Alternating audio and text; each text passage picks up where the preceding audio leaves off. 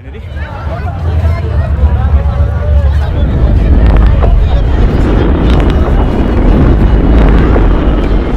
भर्खर गएको भूकम्पले 8 million people across Nepal are struggling to recover after Saturday's powerful earthquake. More than 4,400 people. A massive earthquake triggers an avalanche, destroying history in seconds and triggering a desperate search for survivors. The quake with a magnitude of 7.9 is the strongest to have hit the country in over 80 years. It reduced. The injured were brought to hospitals in trucks and on rickshaws. The hospitals are so inundated though, they're running out of space. देखिन्थ्यो र त्यसबाट मैले त्यसपछि चाहिँ नि काठमाडौँमा एक प्रकारको चाहिँ एकदमै अक्रान्त वातावरण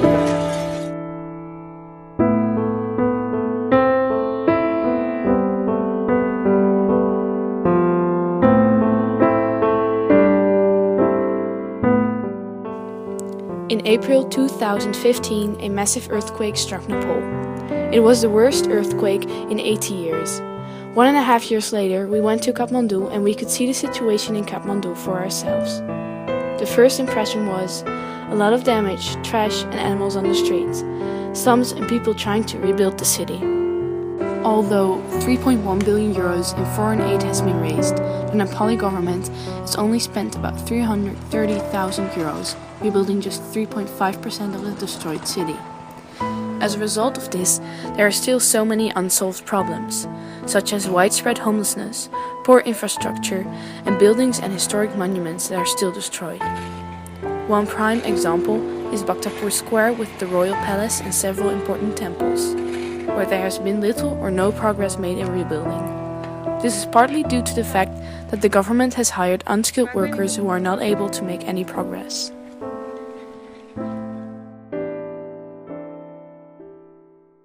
It was so impressive to visit the Bhaktapur Durbar Square, but also kind of heartbreaking to see the unskilled workers working all day moving bricks. Knowing that there hasn't been any progress the past 1.5 years is so sad. There are many other problems. Clean drinking water for everybody, smog, the environment and the caste system.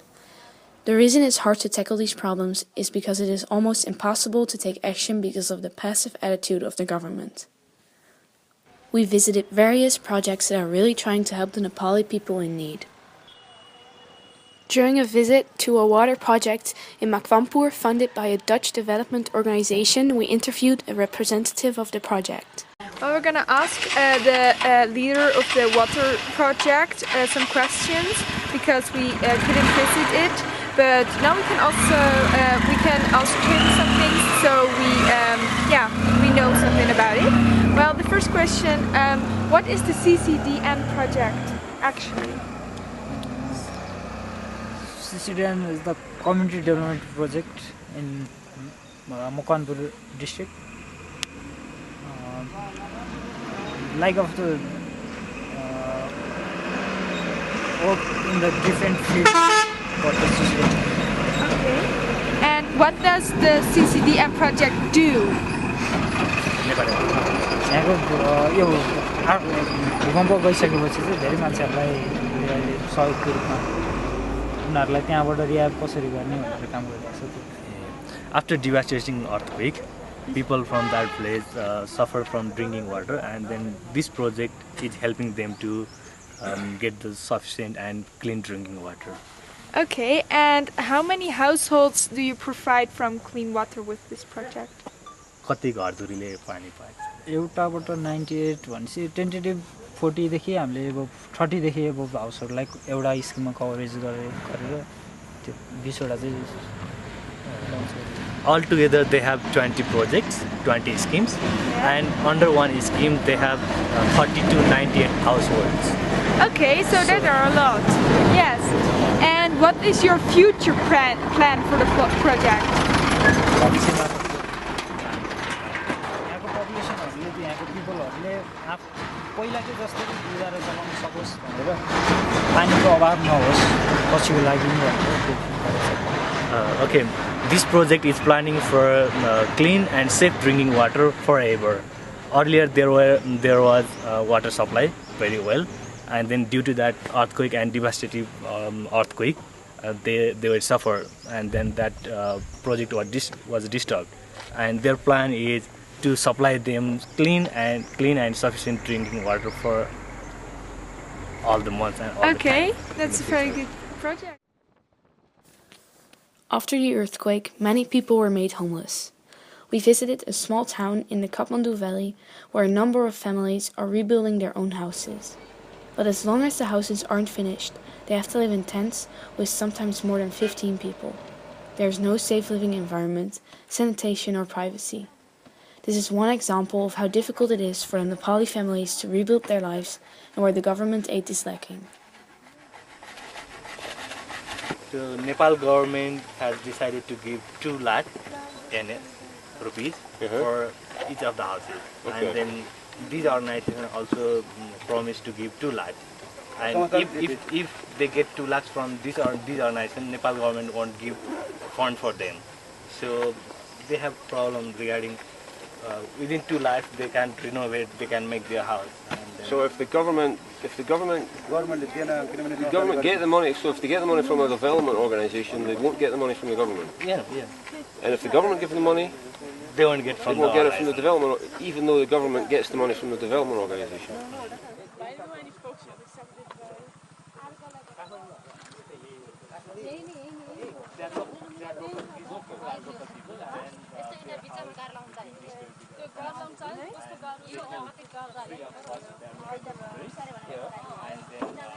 They are really in trouble.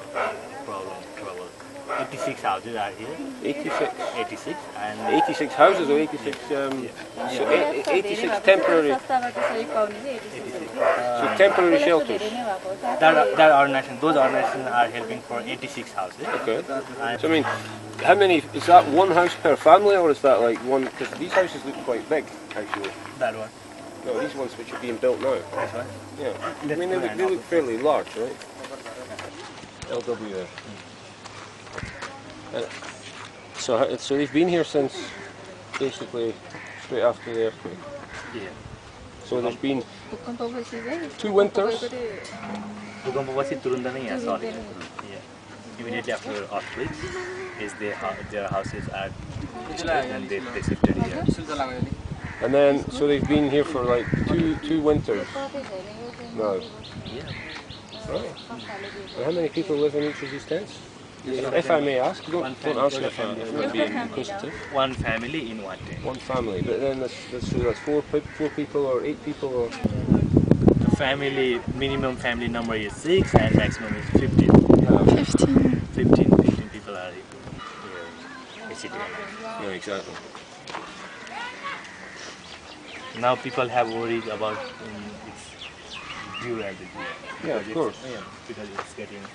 Yeah, it's getting old, and of course they're not designed for 2 winters and lots of summers.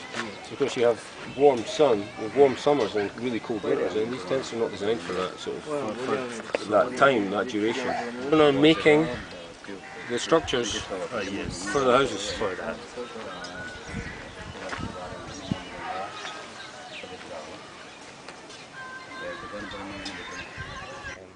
They have started just 2 months ago, and they are planning for 9 months, but she is sure that it is not going to be over in 9 months. No. So how long will it take? She's still hoping to finish in 9 months. Still hoping to finish it. And how do you feel about seeing all this?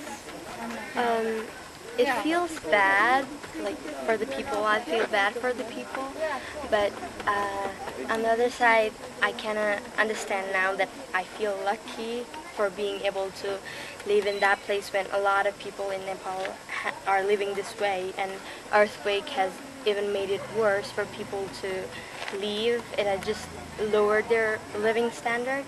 So yes, that is how I feel about all this thing. I find it very impressive to see the tents the people have been living in since the earthquake. and that they're trying so hard to rebuild their lives, but that the government makes it so difficult for them.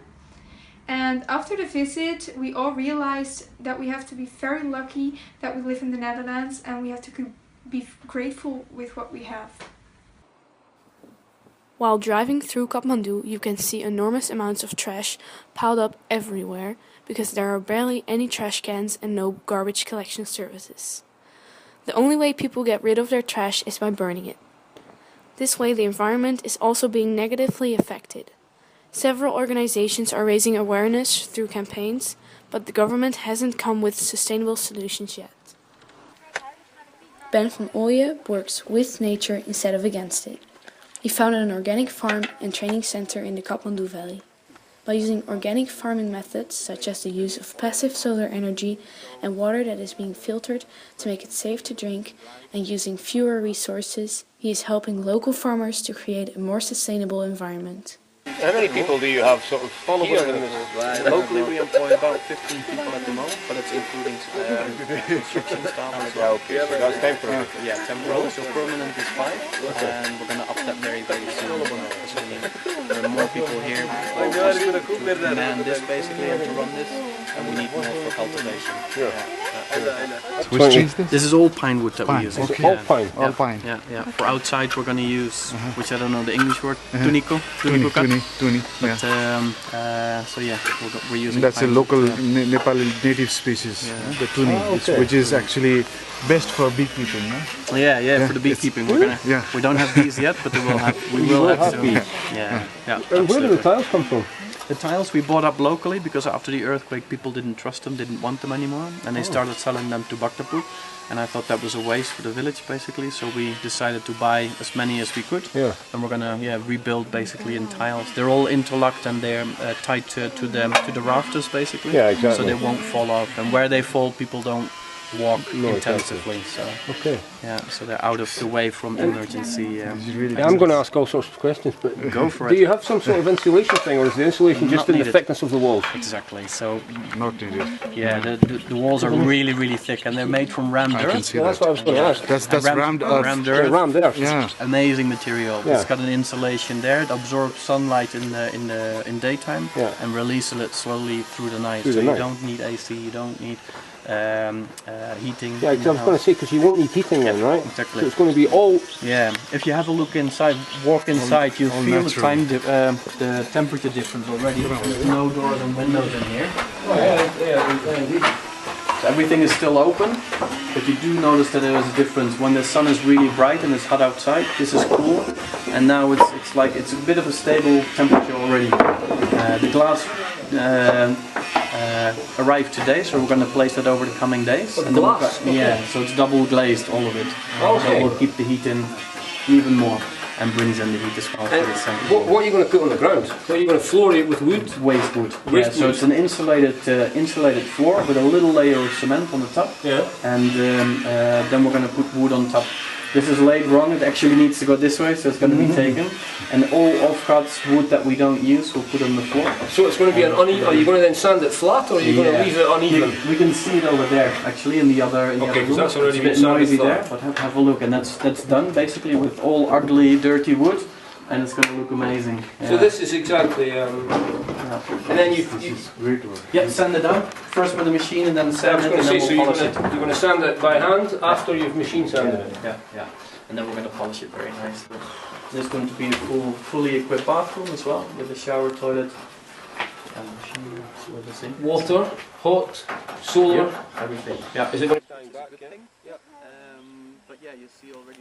Besides the organic farm, Herb Nepal also has a training center. Ben trains and supports Nepali farmers to cultivate organic crops in a sustainable way. This way, the land will remain fertile and can be used to support the farmers' livelihoods.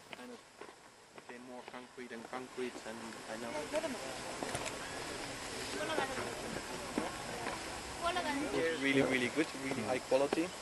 And what we also do is mixed cropping. So everything that you see here is polycropping with the vegetables. Yeah. Polycropping is that you put multiple crops in one plot. Yeah. So the advantages are that you keep the soil well. You don't have to rotational do the cropping. It's not a monoculture. And when you look at these differences in color, for instance, you've got difference in leaf structure. This will become big, this one become huge. It's got flowers that attracts insects, predator. This is wow. And do the farmers you work with owe you something? Owe me? Yes, like money or herbs? No, they don't. They get salary from us. So they work hard and they get salary here. And how do you earn money at the moment? At the moment we sell products and we give training and consultancy at the moment. But luckily we found a fund as well that's supporting our social program, so that's why we're upscaling pretty big this year. And we also have got a private investor from the Netherlands, and he supported us financially with building buildings, purchasing land and registration and things like that. So we have an investor that did the main part. From start to finish. Yeah. Okay. So what we can supply already for our herbal products is small scale, but working with 1,500 farmers we can upscale basically. Yeah, exactly. We can thinking about bigger markets. Yeah, and that's what we're doing at the moment. We're doing in-depth market research in different areas. Simple things like hotels locally, but also individuals, some product interaction to see where the brand is going. Herb Nepal is one of the most interesting and inspiring places I've ever been. Ben and his team are doing an amazing job for this Nepali people. And the fact that he doesn't just give them some money, but he actually gave up his life in Holland to train the underprivileged farmers to start their own business. Yeah, that's amazing, and he's always looking for a better and more sustainable way to make the products. And if life-changing experience exists, this might be one of them. I've always said I want to earn a lot of money and live in a big house. But now, after this, my perspective of life has been changed, and I have a lot of respect for this man. The next project we visited was Kiran Namaste, which supports single mothers and their children who often don't have a good future ahead of them. At Kiran Namaste, your past and therefore your caste doesn't matter. Kiran Namaste was founded by Eat and her husband Just. When she was traveling through Nepal with her husband, she was touched by the miserable situation of some women with their children on the street and felt the need to do something to help. And so the idea of Kiran Namaste was born. And how do you select the children and mothers who can stay here?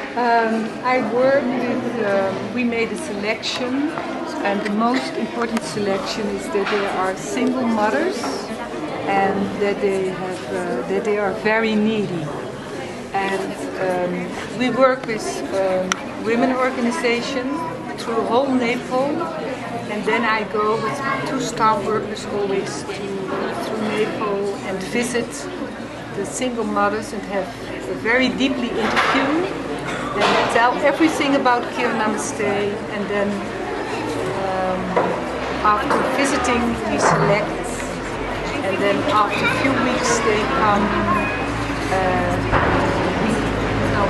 mostly after 1 month they come to Kiran Namaste. And you select the ones who are the most, who need help the most? Yes, yes. Okay. Yes. And how do you come in contact with these mothers? How do you know that they exist? Because I work with women organization, and also people know us, and they asked because they know from relatives or that there's a single mother who is very needy, and on that way it comes.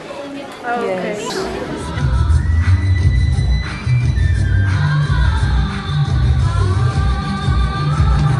Why did they come here? Why did they have to come here?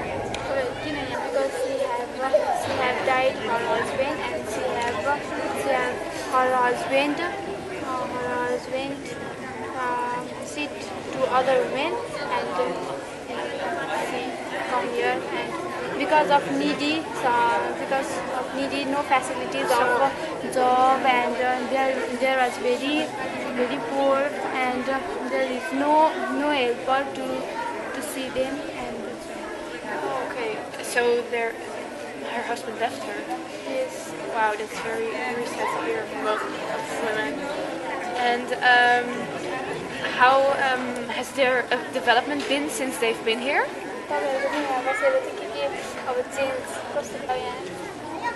There are very different between here and there because there is no facilities to develop their children and to educate their children because there is no school, far school and no electricity, no water supply. And what do they do here at Kira Namaste?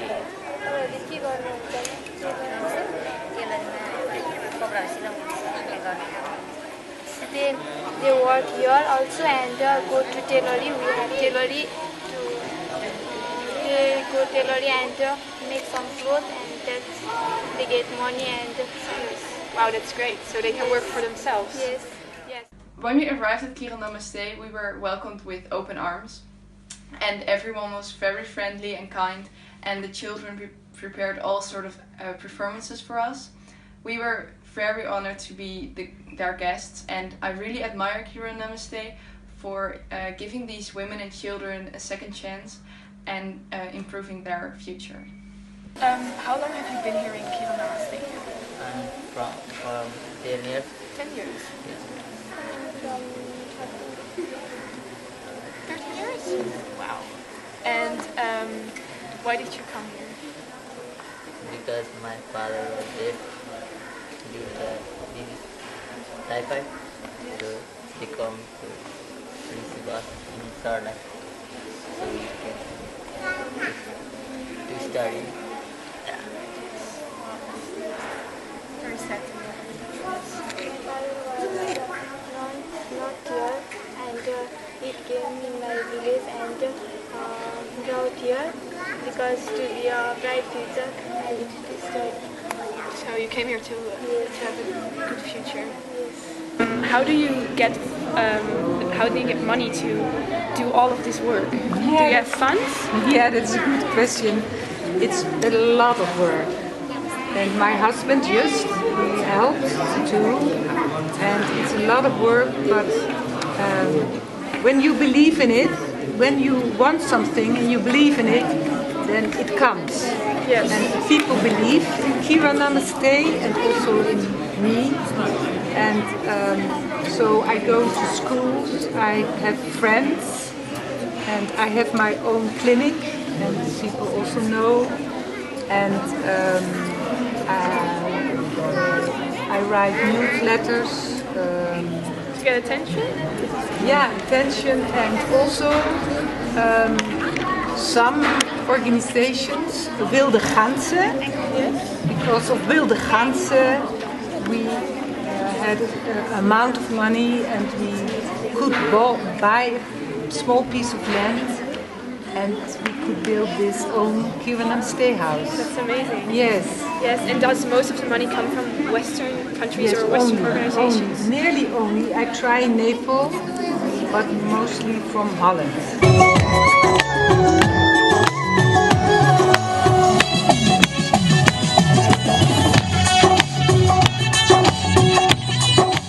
There isn't one solution to solve the problems in Kathmandu.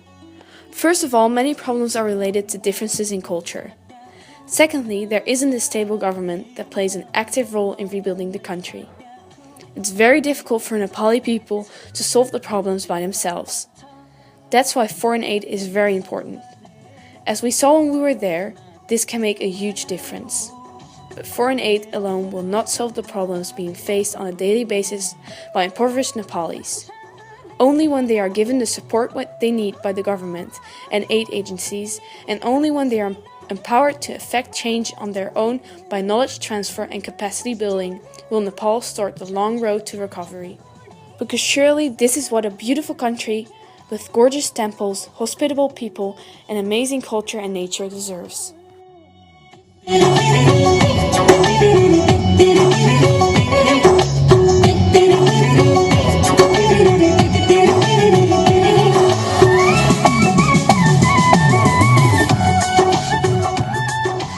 Overall, I thought it was such a great experience to be a part of this journey, and we experienced lots of new impressions, such as that the garbage was all over the ground because there were no litter bins, or that we made an appointment with the Nepali people for 8:30 and they were there by 11. But besides those new impressions, we also saw that the Nepali people there hardly make any progress to rebuild their lives and houses. So there needs to come some sort of way that we help them make it possible to rebuild their houses and lives again. Because I believe that if we do nothing, there will actually be no progress if it's 2020.